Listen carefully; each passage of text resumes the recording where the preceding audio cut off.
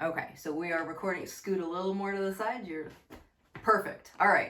Hello, my name is Zach Howard. You may know me from such things as, "Hey Dad, what's that smell?" I thought I'd record a series of storytelling videos as requested to go over from the very basics of storytelling all the way to whatever you consider my level of storytelling. I'm pretty obsessive about storytelling, so I will systematically go through how I break it down a page from script to an actual final inked page, why I do things, how corresponding pages matter to each other, panel flow, layouts, and all the fun things. So grab your smelly father and let's go.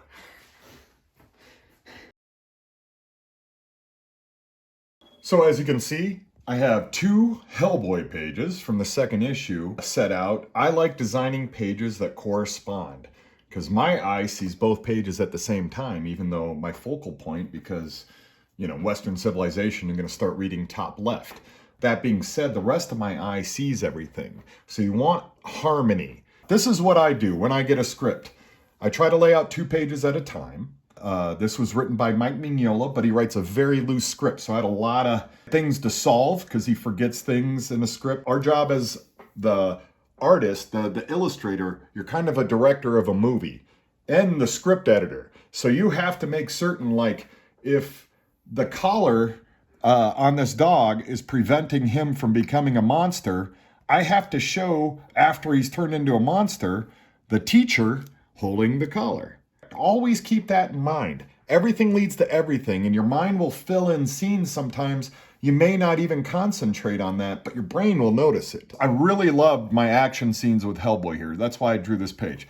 Now let's talk about open panels versus how I lead in and exit a page. So as we can see, the importance of this panel, or this page, I felt was the attack on Hellboy. He's running up to the door because he heard a scream, and next thing you know, the dog, who has, I believe Mignola called him a gator dog, demon gator dog or something like that. I felt that was the biggest one. So I kept it an open panel because open panels feel very cinematic, especially in action scenes. It's frameless. You can get kind of personal with it.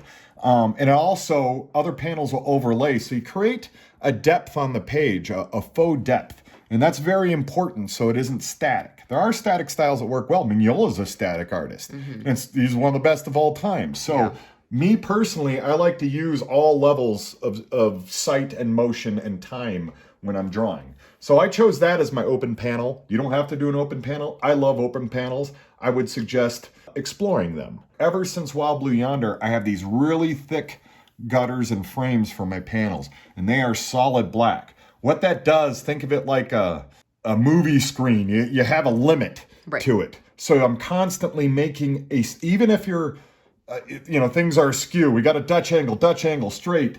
A Dutch angle is when your y-axis is rotated. As you can see, this door isn't straight up and down. What it does is it can add minor interest, and it can add confusion. It can be benign, depending on how you handle it. This one is just literally 1-point perspective with a slight Dutch on it, which, it's very common, I think, in comic books.